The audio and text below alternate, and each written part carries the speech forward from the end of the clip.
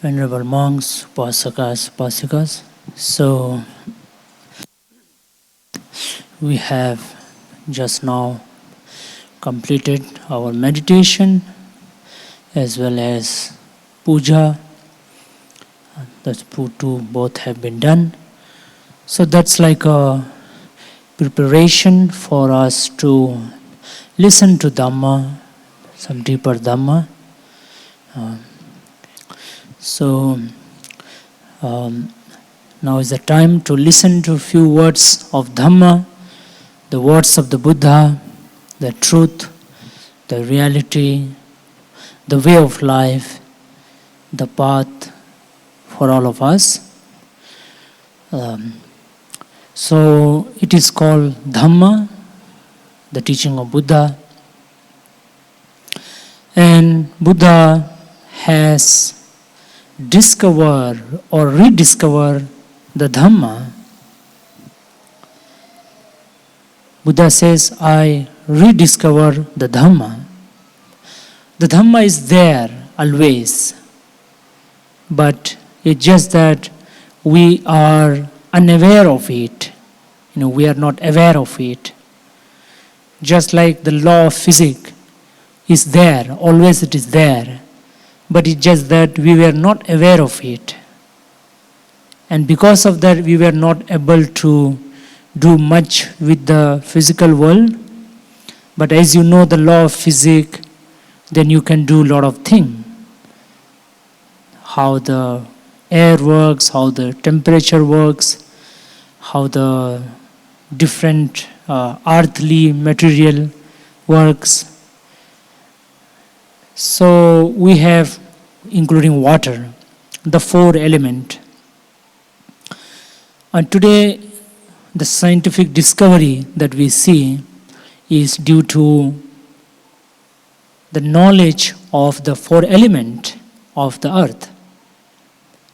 The physical world, when we talk about the physical world, it has these four elements. And we have invested a lot in understanding, the four elements. And we have all this technology, scientific discovery, and we got a lot from it. We got a lot of benefits. In the same way, the law of our mind, the mental world, the mind world, or what we call the spiritual world, is also something that we need to discover, that we need to figure out. And that's what exactly the Buddha did. What the Buddha did is the discovery of the spiritual world, the world of the mind. So today I would like to share a sutra which is connected with Shila. Many of you may be aware of Shila, some of you may not be aware. So Shila is ethical conduct, moral conduct. You can call it ethical conduct, which means our actions, right? Our actions, our behavior, our conduct, our way of life, the way we conduct. So Buddha made us easy for us to understand this conduct. So therefore he spoke of Pancha Shila, the 5 precepts, the 5 conduct, good conduct. That is, first one is not to harm, not to kill anyone physically. Second one, not to take somebody's thing, not to cheat, not to deceive, not to take somebody's property, somebody's clothes, somebody's money, somebody's land, something which belongs to others.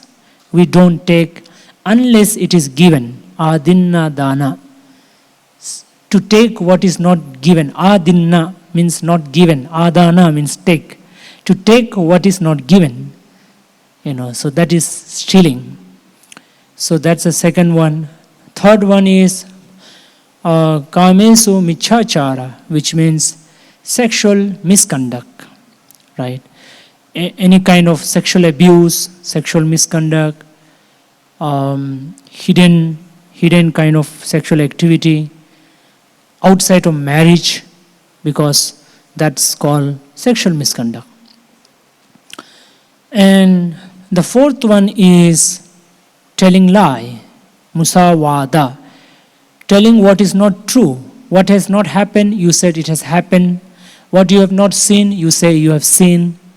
What you have not heard, you said you have heard. Right? So you are distorting the truth. That's something that you know it has not happened, but you say it has happened. And when you are asked as a witness, as an evidence, you are misrepresenting the truth. That is musawada. And sura mereya majjapama dattana, that is consuming alcohol, liquor, wine, or any kinds of substances that pamadattana, that beclouds the mind, that makes your mind confused, that make your mind jittery. It makes your mind unaware. You see, because when you are high with alcohol and any kind of substances, you can't think properly. You lose control over yourself. You see, so these are the 5 precepts that Buddha mentioned, the 5 principles you can call it, or you can call it the 5 ethical conduct, some kind of conduct. So it's better to remind ourselves daily in the morning that I will live by this conduct. So this is very basic, you see, very, very basic. And for the speech, we can also understand in other ways also, apart from just telling lie. For example, using harsh speech. Maybe you are not telling true, maybe you are not telling lie, but you are telling something harshly, not gently, but you are saying harshly. Harsh speech, abusive speech, unpleasant speech, you see. And then thirdly, pisuna vacha, that is backbiting or divisive speech. You speak in a way that divides people, that breaks people's friendship, people's harmony, you see. So we also need to be very careful about our speech, you see. Sometimes we just speak unmindfully, we just speak for the sake of fun, for the sake of enjoyment, or we just speak very, very casually, very randomly, very casually, you see, unmindfully, you see. But that will maybe divide people. You see, you don't know, but it can divide people. It can break people's friendship. And then fourthly, sampaphalapa, that is gossiping, speaking some meaningless talk, some just a talk which has not much meaning, much substances, much outcome, much benefit. You're just talking, you don't know what you're talking, but you're just talking. You're talking on and on, on and on, on and on. So this unending talk is called sampaphalapa. So, in other words, you can say our verbal action and our physical action, right? So, harming you do physically, taking something you do physically, sexual misconduct you do physically, but then speech, telling lie through your speech, your sound, your speech. So these are the 2,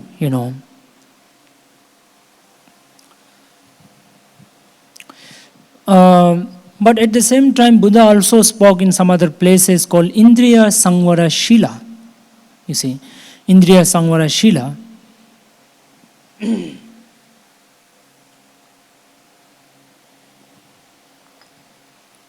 That is the conduct of restraining your senses.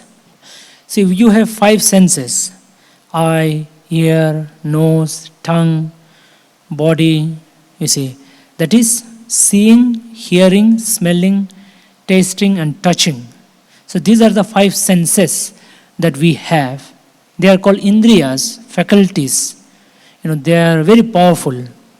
You see, so you have to have samvara, restraint, some amount of restraint, some amount of control over your senses. You shouldn't just leave your senses uncontrolled. If you don't control, it just goes wherever it likes. You see. And that is something very important, you see. To, for example, seeing, what you are seeing. Our mobile, it gives us seeing and hearing, you see. So we have to have some control. That is one example.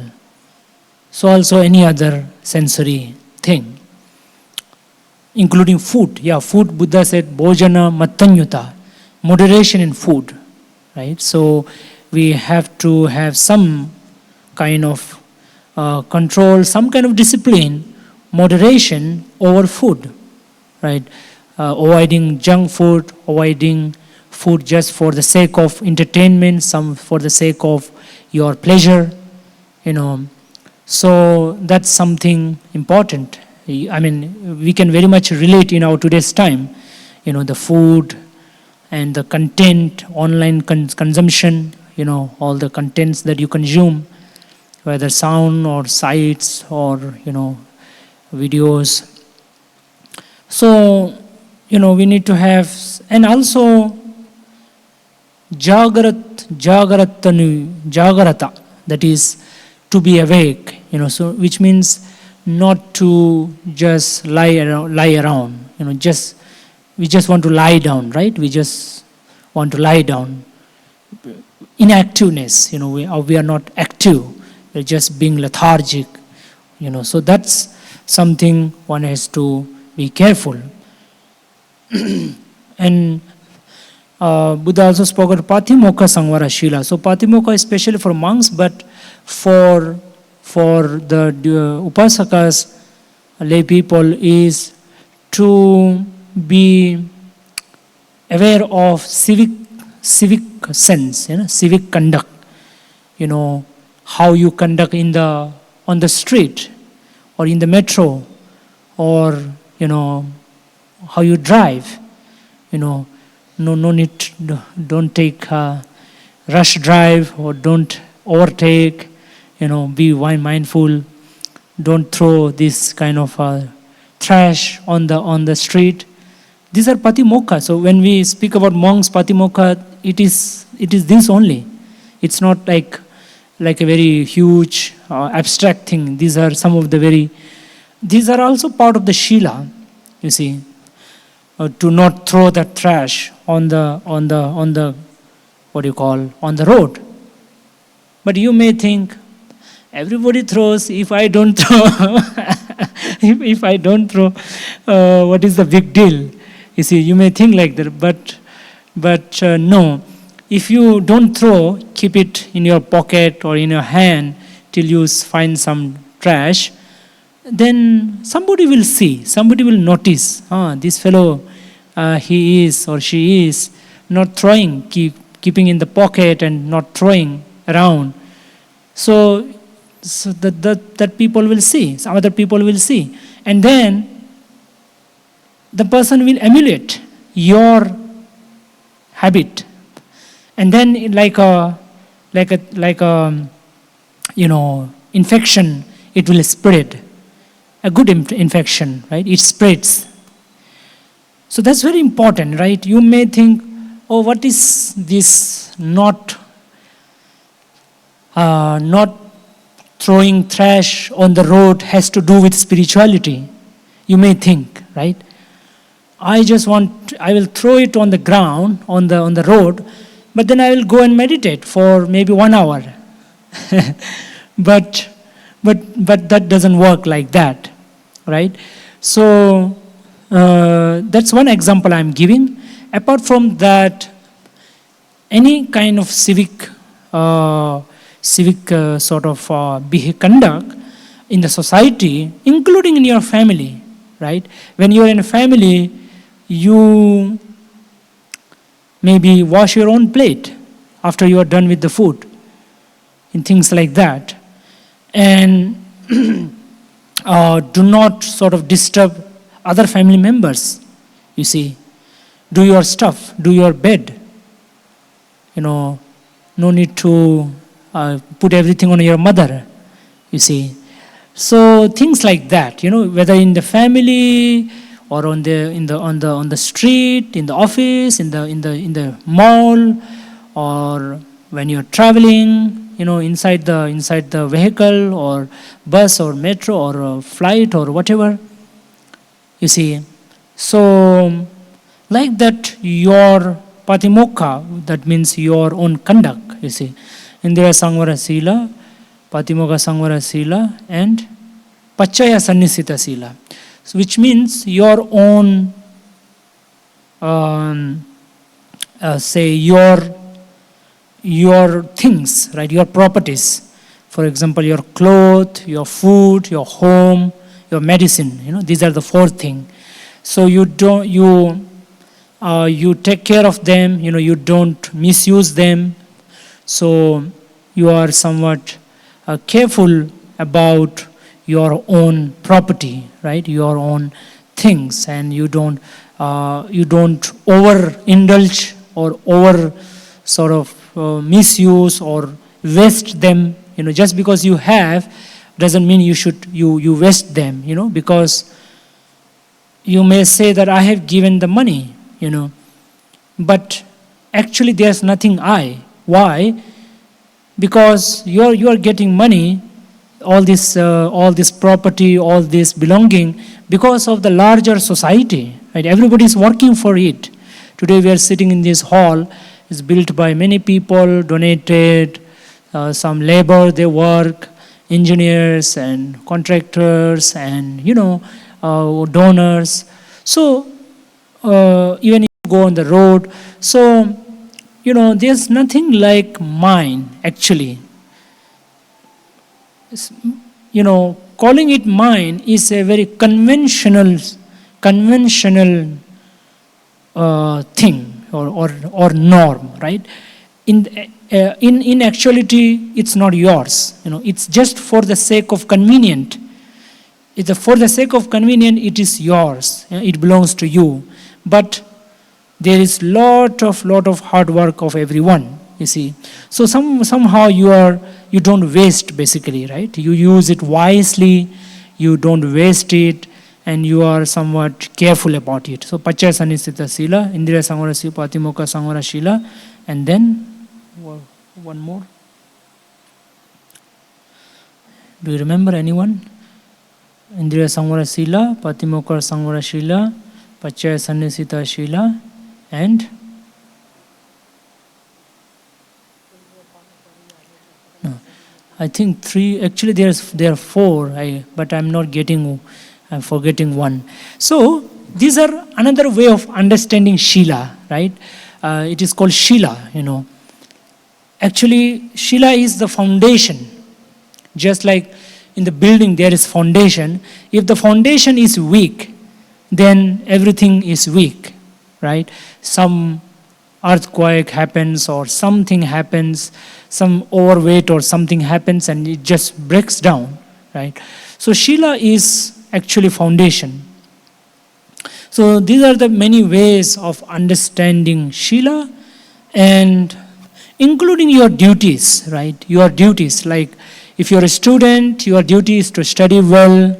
If you're a parent, your duty is to take care of, say, family, earning.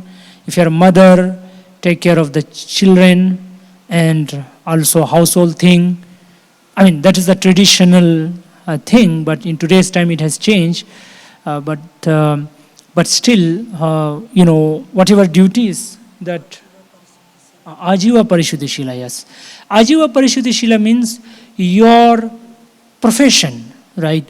So you shouldn't be involved in a profession which is wrong.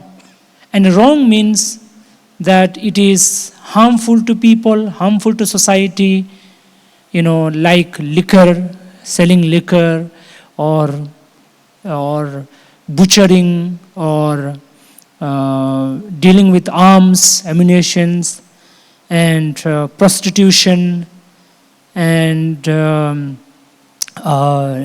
poison, yes, poison, and meat selling. So there are actually 6, I guess. So these are some of the profession. So you have to avoid such profession, because that profession somehow pollutes your shila, your ethical life, which means your foundation of spirituality, right? Your spiritual foundation is somehow deranged, somehow derailed, because of engaging in professions that are harmful, that are wrong, that are unbeneficial, and that are basically harmful to the society, to the people. So these are the 4 ways we can again understand the shila. So I was speaking about the duties, right? So we all have duties, right? So we have to follow the duties. We have to do our best as a duty, because if you don't do that, we are actually not responsible, and we are somehow not taking care of our own duty, you see. So everybody has their own duty, I mentioned, right? As a husband, you have a duty. As a wife, you have a duty. As a father, you have a duty. As a mother, you have a duty. As a teacher, you have a duty. And as an employee, you have a duty. As an employer, you have a duty. As a teacher, you have a duty. As a spiritual teacher, I'm doing my duty. I'm teaching you. That's my duty. So the society gives us the clothes, the food, the temple. So our duty is to do blessing for the people, and to teach people, and to maintain our shila, our conduct. So that's my duty. So like that, the duties. So we can understand the shila in terms of duties as well, you see.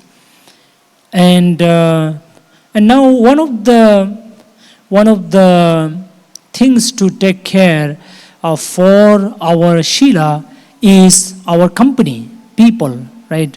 People whom you kind of follow, kind of spend time with, So I think that's something very important for shila. So this much about shila, because now I come to the sutta, why I speak this, why I kind of spoke. And this sutta is very interesting, because Buddha says that if you follow shila, then what happens? Then what happens? Then what happens? Then what happens? You see. And he says that if you just follow shila, then you will not have regret. You see. You will not have regret. Buddha says, you don't need to say, I should not have regret. You will be free from regret.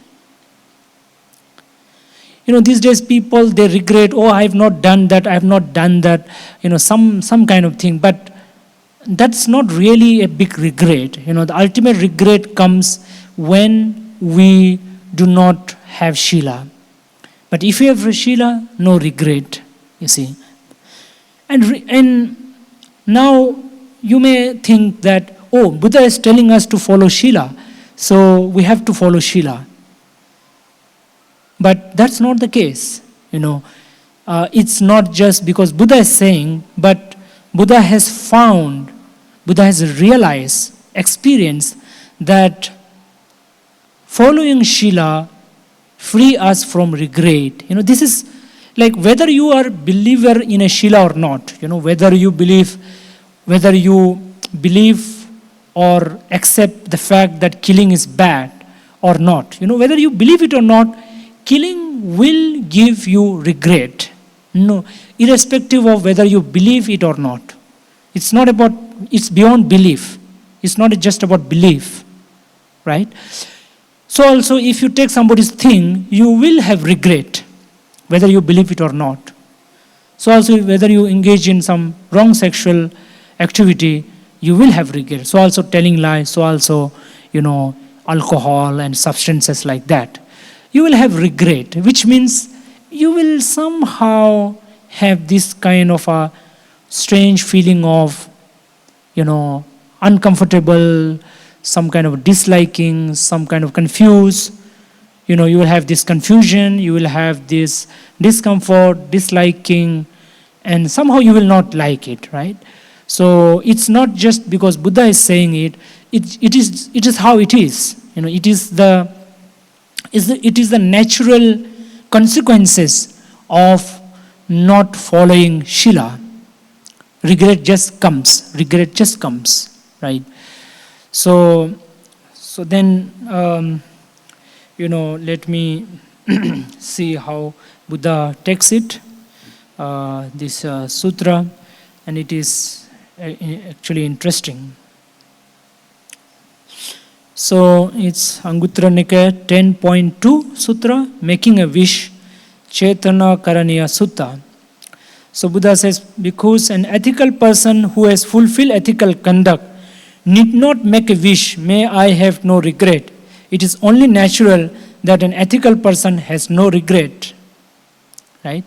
So when you have ethics, which I mentioned, the 4 kinds of ethics, and then 5 kinds of Shila, and extension of the speech, the 4 kinds of speech I mentioned.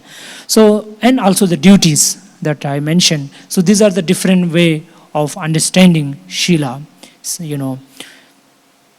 including our senses and livelihood and properties. So all these different ways I mentioned about Shila. So when you maintain that, then you will not have regret. You will have a peaceful sleep when you hit your pillow, right? You will just get a good sleep, right? So then Buddha says, when you have no regret, you need not make a wish, may I feel joy. It's only natural that joy springs up when you have no regret. So now why you should not have regret? Because if you have no regret, joy comes up, right? It just comes up. So you don't need to say, oh, may I be joyful, and I have to be joyful.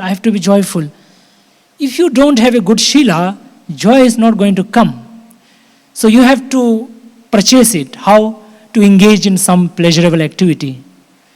Scroll some reels, watch some movies or whatever. So you actually outsource it, purchase it, which has side effect, just like the medicine, which are allopathic medicine, as you know, has some side effect. It's not natural, right? So in the same way, when you don't focus, just like take the example of health itself, right? When you don't have a good lifestyle, when you eat unhealthy, no sleep proper, and things like that, then what happens? You lose your health. And then what you do? You take medicines. And what that medicine does, it has a lot of side effect, as you know.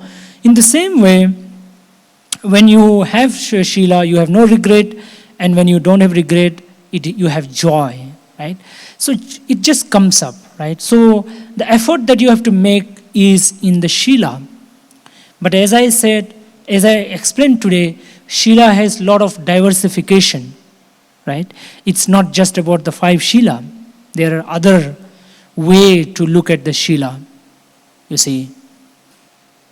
When you feel joy, you need not make a wish, may I experience rapture. It is only natural that rapture arises when you are joyful. So when you are joyful, you feel you get rapture. And what is rapture? Rapture is deep sense of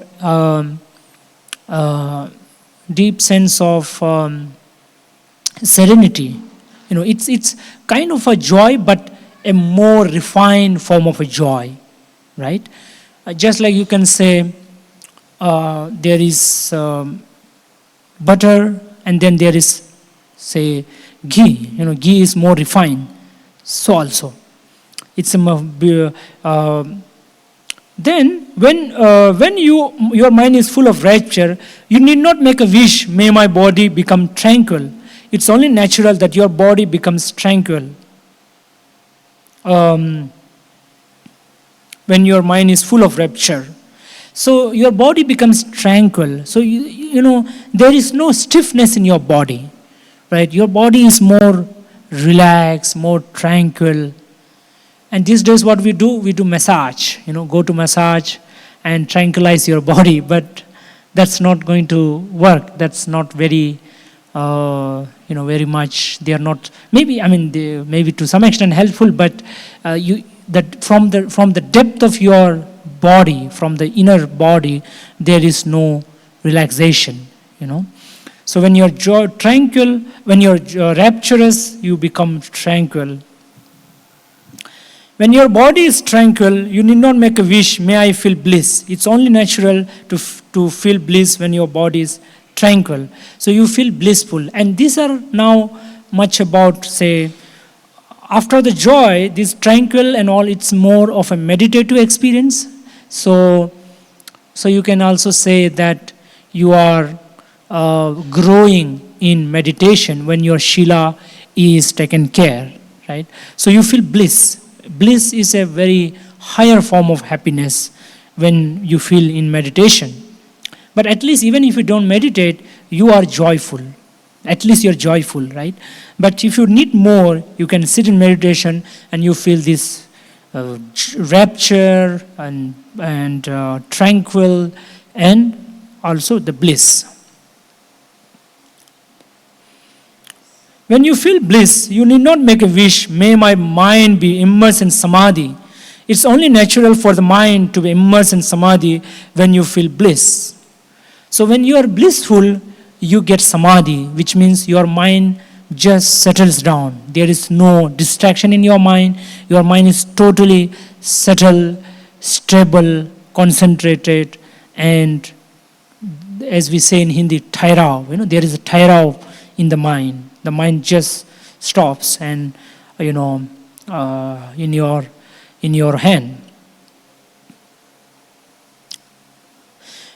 When your mind is immersed in samadhi, you need not make a wish, may I truly know and see. It's only natural to truly know and see when your mind is immersed in samadhi.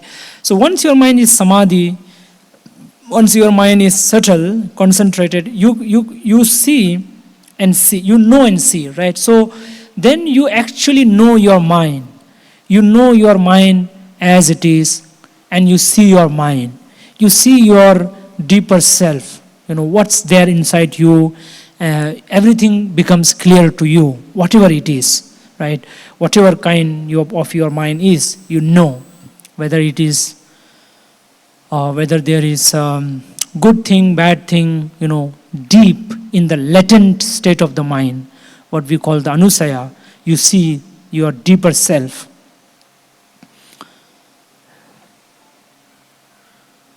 So we have to know this deeper self, because those are something sitting dormant, and we have to address them, right?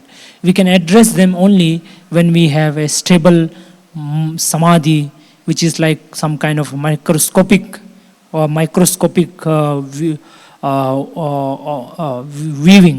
to view. When you truly know and see, you need not make a wish, may I become disillusioned, dispassionate. It's only natural to become disillusioned and dispassionate when you truly know and see.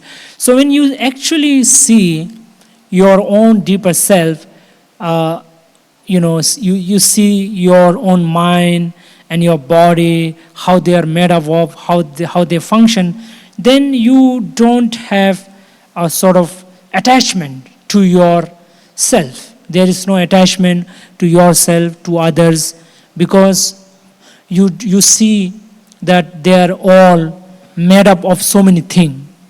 Yeah, imagine now your body, right? Separate everything, 216 bones, so many hairs, so many, other part. And your mind, you say your mind as you separate your feeling, your thoughts, your emotions, and you separate everything. Then what you see? Nothing. Where is me? Where is you? It is just because all of them are composed, so you see them as me, you, they, good, not good, pleasant, unpleasant, all of that. So when you see all of this in a microscopic way, then your attachment just drops down. So you don't have attachment, right? So when you don't have attachment, then you don't suffer. You don't dislike something. You don't dislike something. Excessively, you don't like something. You love everybody, but you don't too much excessively attach or hate.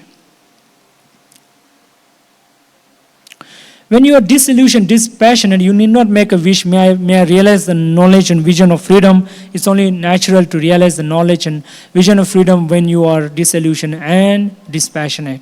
So when you don't have attachment, then what happens? You have the knowledge and vision of the freedom. So this is the final one, which is freedom. So your mind, as I just now said, free from this attachment. So your mind is free. You can you know what is freedom, and you see the freedom, you experience the freedom. Your heart is released, your heart is free, and you are totally free from all the attachment, all the sufferings.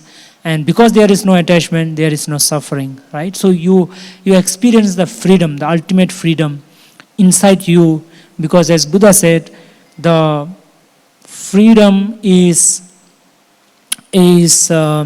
hijacked by our own mind, our own inner mind, our own attachment, our own ignorance, right? So nobody has taken your freedom out. It is your own self that has taken your freedom away, right? So you have this freedom within you. So like this, we go, and then Buddha said, and so because the knowledge and vision of freedom is the purpose and benefit of disillusionment and dispassion, disillusionment and dispassion is the purpose and benefit of truly knowing and seeing. Truly knowing and seeing is the purpose and benefit of immersion, samadhi. Samadhi is the purpose and benefit of bliss. Bliss is the purpose and benefit of tranquility. Tranquility is the purpose and benefit of rapture. Rapture is the purpose and benefit of joy. Joy is the purpose and benefit of not having regret. Not having regret is the purpose and benefit of skillful ethics, which is Shila.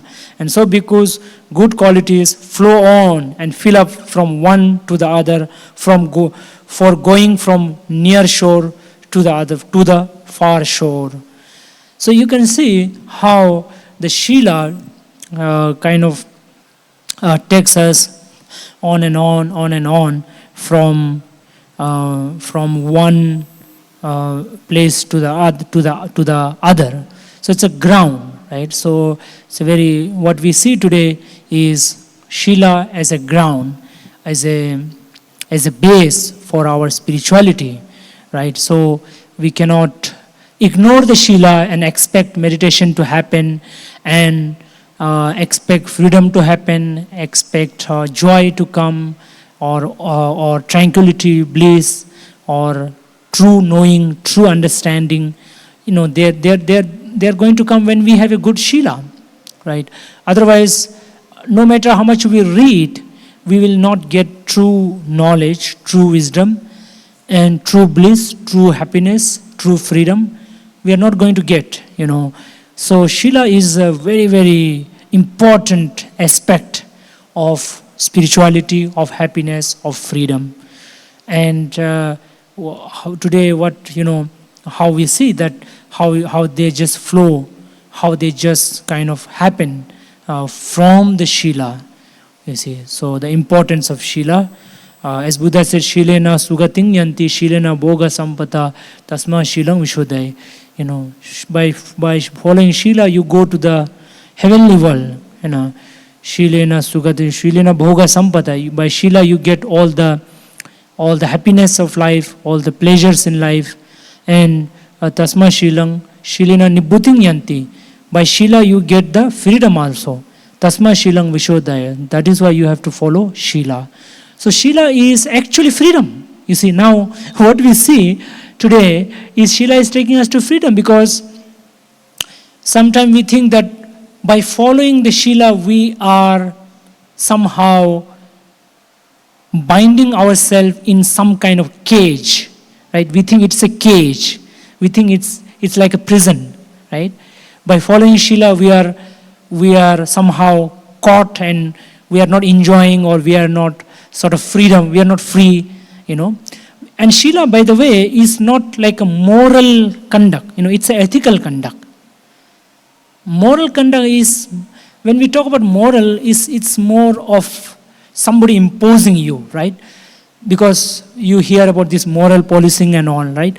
So morality is somehow has this connotation of somebody forcefully imposing on you, right? But Shila is not morality. Shila is ethical conduct, some ethic, right? Some values, your own values, your own life values, your own ground for you, your own principle, basically. So even though it's in the beginning, it looks a bit difficult. It looks a bit like you are giving up your freedom. I mean, it is so in some way, because you have to give up some of your own old habit, you know, which you were following and which you think is great, is helpful, is for happiness.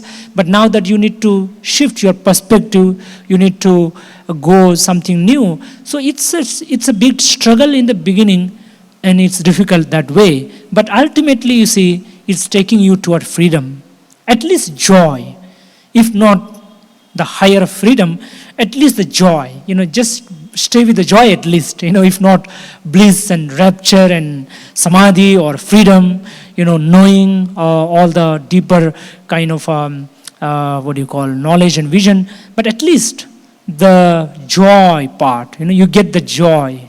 At least you get the joy. You know, even existential joy, right, in your, you can say, normal day-to-day joy. Right? Even if you don't want the ultimate freedom or whatever, but at least the joy you get. Just for the sake of joy, please. So I think, yeah, so that way you are more joyful, right? But if you are not following Shila, you do whatever you want, you don't have any value, principle for yourself, then you are actually not free, right? You are basically bound by your own inner negativity, inner kind of bondages, right? Cage, you can call it a cage. You know, it's a cage, C-A-G-E, cage. You know, it's a cage for yourself.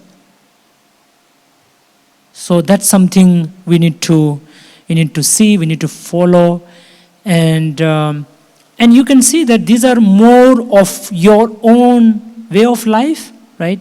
It's not so much like a custom, it's not like a morality, it's not like a traditional thing, it's way of life, right? It is very much applicable in our day-to-day life, even in the modern time, right? It's not about imposing some kind of a custom, some kind of tradition, some kind of morality on you, but it's just that you are taking something on yourself. You're basically taking the charge of your own self. You're taking the responsibility of your own joy, right? So therefore, Shila is very important. Ethical conduct is very, very important. It is the base, right? So this is my some Dhamma for you to reflect upon this week, Monday to Saturday. Till by Saturday you may forget and come to listen to the new talk, because we have these days less memory in today's time, so you will maybe forget. So this is a reflection at least for you, and try to see how it works. You see how it works for you, right? Does it really give you joy once you are good with Shila, the 5 Shila, the 4 kinds of Shila, the duties, as a Shila, as a duty, like that. So all of these thing you can see and practice and see for yourself. So I conclude here. May you all be happy, healthy, peaceful and joyful. Sadhu, sadhu, sadhu.